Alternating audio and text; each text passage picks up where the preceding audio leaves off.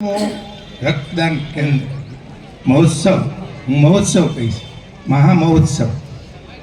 એ નિમિત્તે પધરાયેલા કેન્દ્રીય મંત્રી શ્રી મુજપરા સાહેબ, અમારા લાડીલા, સૌના લાડીલા, અમારા નહીં, સૌના લાડીલા ધારાસભ્ય શ્રી હાર્દિકભાઈ અને મંચસ્થ આગેવાનો અને અમારા આમંત્રણ આપીને આવેલા મિત્રો તથા જેમના પગ ધોઈને પૂજા કરવાની ઈચ્છા થાય એવા અમારા સ્વયંસેવકો, અને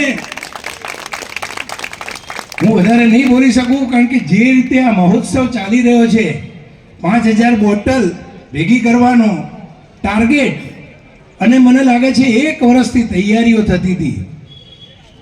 અને રમેશભાઈ અને દિલીપભાઈ એ અમારા પરિવારમાંથી એમને માર્ગદર્શન આપે, મિટિંગો કરે, પણ 99% કામ તો અમારા કાર્યકરો દરેક ગામના, હું દરેક ગામના નામ નહીં લઉં કારણ કે એ અશક્ય છે. દરેક ગામના કાર્યકરો એમનું કમિટી બનાવી, દરેક રાતો ગુજારી અને દરેક એકબીજાનું લોજિસ્ટિક, સપ્લાય ચેઇન, શું લાવવું, બોર્ડ કઈ રીતે કરવા, કઈ જગ્યાએ કોને કરવું, અને જે બધું આયોજન કર્યું. અને એ માટે ખરેખર તો પહેલો જો કોઈનો આભાર માનવાનો હોય તો મારે અમારા કાર્યકરોનો માનવો છે. અને હું મેઘમણી ફાર્મમાં પણ મેં એક વખત કીધેલું કે કેવટના પગ ધોવા જેમ રામ ભગવાન કીધેલા ને એવી રીતે આ બધા કેવટ છે. આ મેઘમણી સંસ્કાર ધામ ઉજળું છે. આજે મેઘમણી સંસ્કાર ધામની જે સુવાસ છે અમારા કાર્યકરોની સુવાસ છે, એમની મહેનત છે, એમના પરસેવાની મહેનત છે. તો હું એમને વંદન કરું છું. મેઘમણી પરિવાર સદાય એમનો ઋણી રહેશે કે જેથી આખો આજે 5000 અને આવો કાર્યક્રમ જે થઈ રહ્યો છે એની સફળતાનું શ્રેય એમને આપું છું.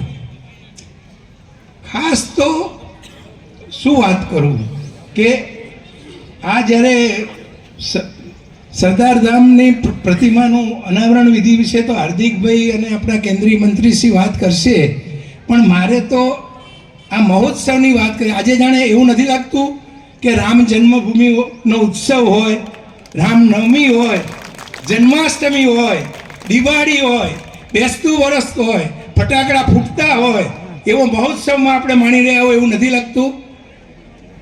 અને સાથે પુણ્યનું કામ કરવા માટે પધારેલા અમારા ડૉક્ટરશ્રીઓ, અમારા તો લાડીલા ડૉક્ટર વિશ્વાસ અમીન, એમનું એક જ નામ મને યાદ. મેઘમણી સંસ્કાર ધામ ખાતે શ્રી મેઘમણી ફાઉન્ડેશન દ્વારા આ 17મા મહારક્તદાન કેમ્પમાં મંચ ઉપર ઉપસ્થિત ભારત સરકારના કેન્દ્રીય રાજ્યમંત્રી ડૉક્ટર મહેન્દ્રભાઈ મુંજપરા, જેમના માર્ગદર્શનમાં અને જેમના સહયોગથી આ સુંદર મજાનો જે રક્તદાન કેમ્પ આજે પ્રારંભ થયો છે, અને છેલ્લા 16 વર્ષથી આ સુંદર મજાના રક્તદાન કેમ્પનું આયોજન કરી રહ્યા છે એવા મેઘમણી પરિવારના મોભી શ્રી જયંતિભાઈ પટેલ અમદાવાદ ખાતે સમગ્ર ગુજરાતના લાખો ગરીબ પરિવારોને 1 રૂપિયાના ટોકને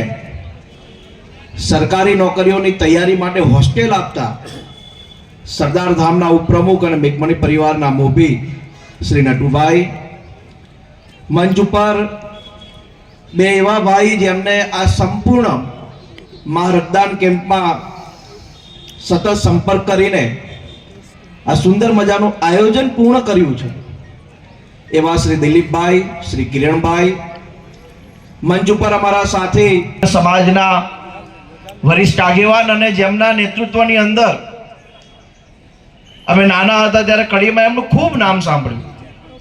અને હમણાં વાત કરી કે જેમને પોતાના દીકરાના લગ્નમાં ખર્ચો ન કરીને હોસ્પિટલના વિકાસ પાછળ કરોડો રૂપિયાનું દાન આપ્યું છે. અને વિશેષ કે હોસ્પિટલમાં મારો જન્મ થયો છે. સમાજના પ્રમુખ ડીઆઈ પટેલ, હસુભાઈ, જિલ્લા ભાજપના ઉપપ્રમુખ મને દીપકભાઈ, આજે આપણે બધા આઝાદ ભારતની અંદર ખુલ્લા શ્વાસ લઈ શકીએ છીએ એવા શ્રી સરદાર વલ્લભભાઈ પટેલની પ્રતિમાનું પણ આજે આપણે માંડલ અને દસાડા 3 રસ્તા ઉપર એનું લોકાર્પણ કરવાના છે. અને આ એક માત્ર સાહેબ પ્રતિમા નહીં, પણ સમગ્ર માંડલ તાલુકાની અંદર આ પ્રતિમા એક સામાજિક એકતાનું પ્રતીક બનશે. અને આ સામાજિક એકતાના પ્રતીકની જે પ્રતિમા છે એનું પણ આજે મેઘમણી ફાઉન્ડેશનના સહયોગથી એનું લોકાર્પણ આપણે કરવાના છીએ. જયંતિભાઈ અને નટુ કાકાએ જ્યારે હું આખા ગુજરાતની અંદર સૌથી નાની ઉંમરના ઉમેદવાર તરીકે ચૂંટણી લડતો તો પરિવારના મોભી અને વડીલની જેમ એમને મને ખૂબ સહયોગ અને સાથ આપેલો છે. અને આ જ મેઘમણી ફાઉન્ડેશનના આ સંસ્કાર ધામની અંદર એડીસી બેંક સાથે સહયોગ કરીને એમને ખૂબ મોટો કાર્યક્રમ કરીને મને મદદ કરવા કરી કે આપણે ભવિષ્યની અંદર સ્કિલ ડેવલપમેન્ટ માટેના અહીંયા પ્રયાસ કરી રહ્યા છીએ. એમને મારું કમિટ એટલે માને જયંતિભાઈએ જે મને વાત કરી એમાં કોઈ પણ પ્રકારની કચાશ ન રહે અને માંડલ તાલુકાનો કોઈ પણ ગામનો કોઈ પણ સમાજનો યુવાન એ સ્કિલ ડેવલપમેન્ટના માધ્યમથી માંડલ તાલુકામાં આવેલી સુઝુકી હોય, હોન્ડા હોય કે અન્ય વેન્ડર્સ કંપની હોય એની અંદર અહીંયાથી જ કોલેજ પૂરી કરે, સ્કિલ ડેવલપમેન્ટનો કોર્સ પૂરો કરે અને એ જ કંપનીમાં એને નોકરી મળે અને એના માટે જે કંઈ મદદ કરવાની થાય એમાં અમારી પૂર્ણ સહયોગ છે, પૂર્ણ સંપૂર્ણ કાર્યક્રમને સફળ બનાવવાનું કાયમ કામ કરતા હોઈએ છીએ. અને આજે જે સરદાર સાહેબની પ્રતિમાનું અનાવરણ અમે જ્યારે 1 વર્ષ પહેલાં આ હોલની અંદર જ સરદાર જયંતિ ઉજવેલી ત્યારે અમારી લાગણી હતી કે ભાઈ માંડલ 3 રસ્તા ઉપર આપણે સરદાર સાહેબની પ્રતિમાનું અનાવરણ કરવું જોઈએ.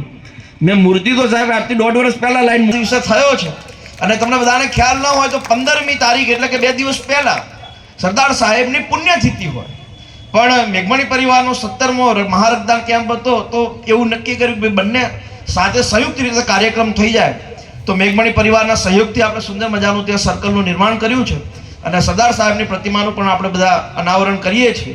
આમ તો ઘણીવાર મંદિર બનાવવા બહુ સહેલા હોય છે, મંદિર તો બની જતા હોય છે પણ અંદર પૂજા પાઠ સાફ સફાઈ નથી કરી શકતા.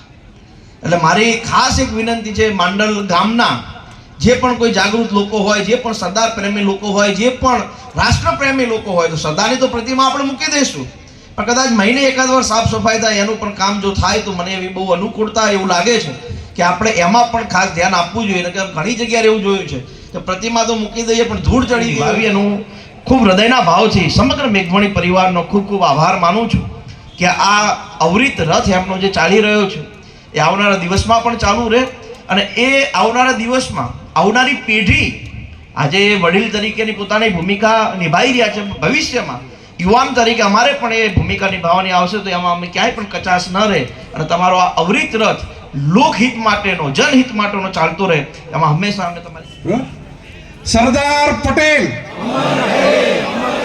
સરદાર પટેલ.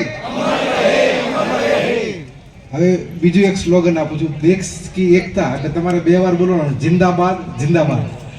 દેશ કી એકતા જિંદાબાદ જિંદાબાદ, દેશ કી એકતા જિંદાબાદ જિંદાબાદ. સરસ. મેઘમણી સંસ્કાર ધામ ખાતે મેઘમણી ફાઉન્ડેશન દ્વારા આજે માંડલ માટે 2 ખૂબ સરસ પ્રોગ્રામનું આયોજન થઈ રહ્યું છે. એક તો 17મો મહારક્તદાન કેમ્પ અને સરદાર વલ્લભભાઈ પટેલના સ્ટેચ્યુનું અનાવરણ. એ પ્રસંગના અમારા મુખ્ય મહેમાન ઘણા સમય બાદ એક વિરમગામને જાગૃત ધારાસભ્યો તો મળ્યા છે પણ ઉંમરમાં પણ ઘણા બધા નાના મળ્યા છે. એટલે લાંબી રેસના ઘોડા બનાવવાના છે એમને. પછી આ વાત પાછી બીજે ક્યાંય ન કહેતો લાંબી રેસના ઘોડા છે, નહીં તો અત્યારથી એમને કટ્ટુ સાઈઝ કાપવાની પ્રક્રિયા ચાલુ થઈ જશે. આ વાત આપણા વચ્ચે જ રાખજો. એવા હાર્દિકભાઈ પટેલ, બહુચરાજીના માનનીય ધારાસભ્ય શ્રી નથી આવ્યા. ત્યારબાદ મેઘમણી પરિવારના શ્રી જયંતિભાઈ પટેલ, નટુભાઈ પટેલ મહેતાથી ચાલુ કરેલું અને આજે એ વટવૃક્ષ મોટું થતું 11,000 ઉપરથી જે બોટલ હતી તમારી 11 છેલ્લો આંકડા 11,898 હતી એમાં આજે પછી 5,000 ઉમેરાશે અને એક વર્લ્ડ રેકોર્ડ બનાવવા એક જ જગ્યાએ બ્લડ ડોનેશન કરીને વર્લ્ડ રેકોર્ડ બનાવવા જઈ રહ્યા છો એના માટે ખૂબ ખૂબ અભિનંદન.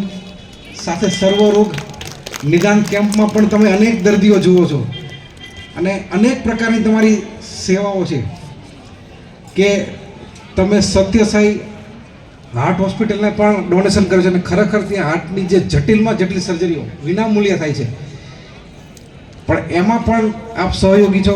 ગુજરાત કેન્સર હોસ્પિટલ, જેમાં એક સમયે હું પણ ત્યાં પ્રોફેસર તરીકે હતો કેન્સર હોસ્પિટલમાં, ત્યાં તમારું મેં બોર્ડ પણ જોયેલું છે. એટલે ત્યાં પણ આપનું ડોનેશન છે.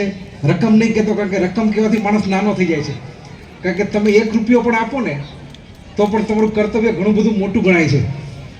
એ રીતે અમારું RSS મીડિયા સેન્ટરને પણ આપણે ડોનેશન કર્યું છે. જીવરાજ મહેતા હોસ્પિટલમાં પણ બ્લડ બેંક ચાલે છે, એમાં પણ તમારું ખૂબ મોટું યોગદાન છે. અને અનેક પ્રકારની સારી સારી પ્રવૃત્તિઓ આપના દ્વારા કરવામાં આવે છે. એટલે ખરેખર મેઘમણી ગ્રુપને આજ દિલથી અંદરથી ખરેખર અભિનંદન ફરી આપું છું. પણ આજે હતા એ તો ઇંગ્લેન્ડમાં સેટ થઈ ગયા, તો એમને તો વિઝા મળી ગયા, ને આજે કદાચ એમની 8મી 10મી પેઢી હોત ને કદાચ એમને ગુજરાતી આવડતું પણ ન હોત, કારણ કે મારા જ એક નજીકના ડૉક્ટર છે જે આપણા આ વિસ્તારના જ છે, પણ એને એના પરિવારને ગુજરાતી આવડતું જ નથી. એને અમારે ત્યાં આવ્યા મુલાકાતે, તો આવી રીતે સભામાં અમારે એને ઇંગ્લિશમાં લખીને આપવું પડ્યું કે હું અહીંયા આવીને ખૂબ જ આનંદિત થયો છું એમ, કારણ કે ઇંગ્લિશ ગુજરાતી જ કોઈ નથી આવડતું. અનાવરણ આપણે કરવા જઈ રહ્યા છીએ એવા વિરાટ વ્યક્તિને આપણે આજે ઉચિત સ્થાન આપી રહ્યા છીએ, અને એક સ્વર્ણિમ પુરુષ છે. એને આ કામ જે આપણે દેશને ભાગલા પાડતા અટકાવવાનું કામ, એને આપણે આજે એનો ખરેખર આપણે એનું ખૂબ સારો ગૌરવ આપણે આપી રહ્યા છીએ. પણ